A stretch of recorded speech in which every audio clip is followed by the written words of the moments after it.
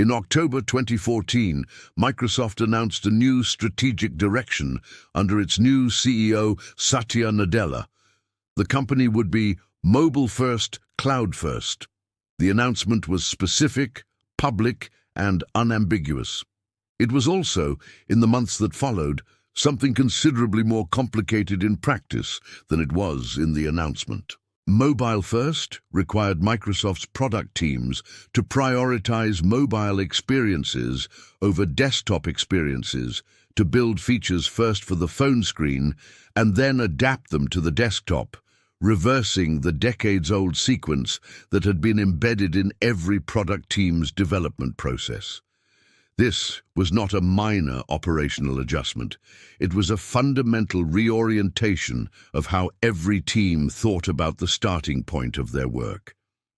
The gap between Microsoft is now mobile first as a statement, and every product team at Microsoft now begins every feature development cycle with the mobile use case as an operational reality was not closed by the announcement. It was closed, slowly, unevenly, and incompletely in some areas, through the subsequent years of management attention, incentive changes, and organizational pressure that the announcement initiated but didn't complete. This episode is about that gap, the space between a decision that has been made and an organization that is doing what the decision requires. Not the decision, not the execution, the gap between them and what produces it, sustains it, and occasionally closes it. The gap is not a failure of leadership. It is the normal condition of any organization in the process of changing direction.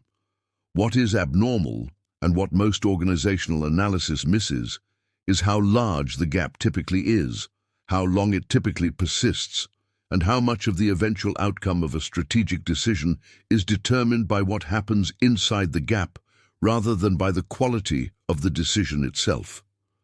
The gap between what is decided and what is done has a structure that is consistent across organizations, industries, and types of decisions. The first element of the structure is the interpretation gap. The decision reaches different parts of the organization with different levels of clarity, context, and perceived urgency. The team closest to the decision maker receives the decision with the most context, with the reasoning, the alternatives that were considered, the specific conditions under which the decision was made, and the specific outcomes it was designed to achieve. The team at the furthest organizational remove receives the decision as a statement, often compressed through several layers of management, with less context, less reasoning, and less specificity about what it means for their specific work. The same decision, reaching two different teams through two different organizational pathways, produces two different operational responses, not because the teams have different values or different capabilities, but because they have received different amounts of information about what the decision actually means for them. The second element is the prioritization gap. The decision competes with every other decision that has already been made. The people who must change their behavior to implement the new strategy are also responsible for executing the existing strategy, the one that was decided last year, the year before, and the year before that. The new decision doesn't automatically override the existing ones. It is added to them, and the organization must decide at every level how to allocate its attention between the new direction and the continuing requirements of the prior directions. The third element is the capability gap. The new direction often requires capabilities that the organization has made no explicit decision to build. The decision assumes those capabilities will materialize. The people who must produce them have received no additional resources, no additional training, and no additional clarity about how to develop what the strategy requires. Have you ever watched a clear strategic decision fail to produce corresponding behavioral change in the people who were supposed to implement it, and been puzzled from the outside about why the gap persisted? Leave a comment.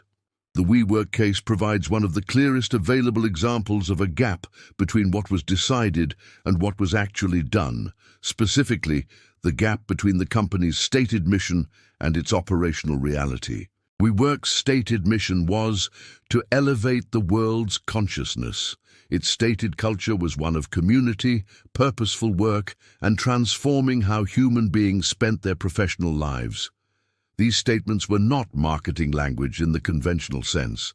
They were the frame through which Adam Neumann described the business internally and to investors, and they shaped how the company presented itself and how it attracted employees who believed in what they were working on. The operational reality was a commercial real estate company that signed long-term leases at above-market prices and then sublet the space at short-term premium rates to small businesses and freelancers.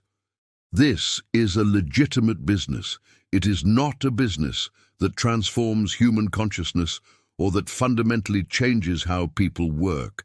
The gap between the decision, "This company is a mission-driven community platform," and what was actually done, "This company signs long-term real estate leases and subleases them," was the specific thing that the S1 filing made visible to public market investors who were evaluating it without the prior narrative framing. The gap was not hidden. It was in the financial statements.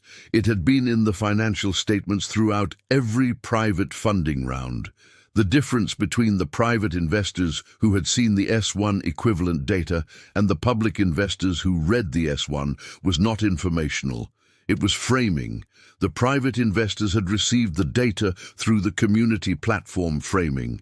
The public investors received it as a real estate business filing and evaluated it accordingly. If the specific mechanism, how the framing of a decision determines how the gap between the decision and the operational reality is perceived, is what makes this channel worth your time. The like is the direct signal.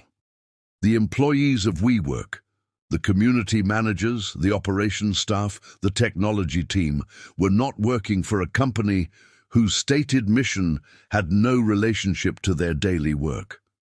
Many of them had joined specifically because of the mission framing, and many of them found genuinely meaningful work in the communities they were helping to build.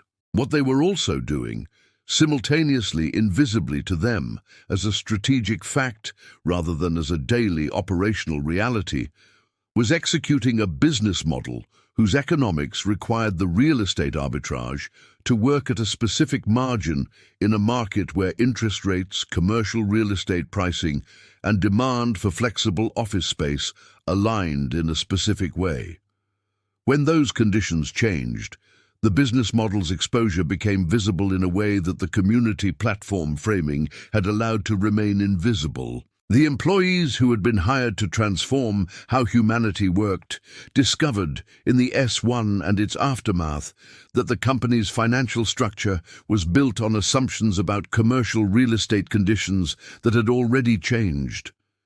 The gap between what was decided, WeWork is a community platform, and what was done, WeWork is a real estate arbitrage business, had been sustainable through a period of favorable conditions and became visible when those conditions shifted. The practical lesson from the gap between what is decided and what is done is about the relationship between decision clarity and implementation specificity.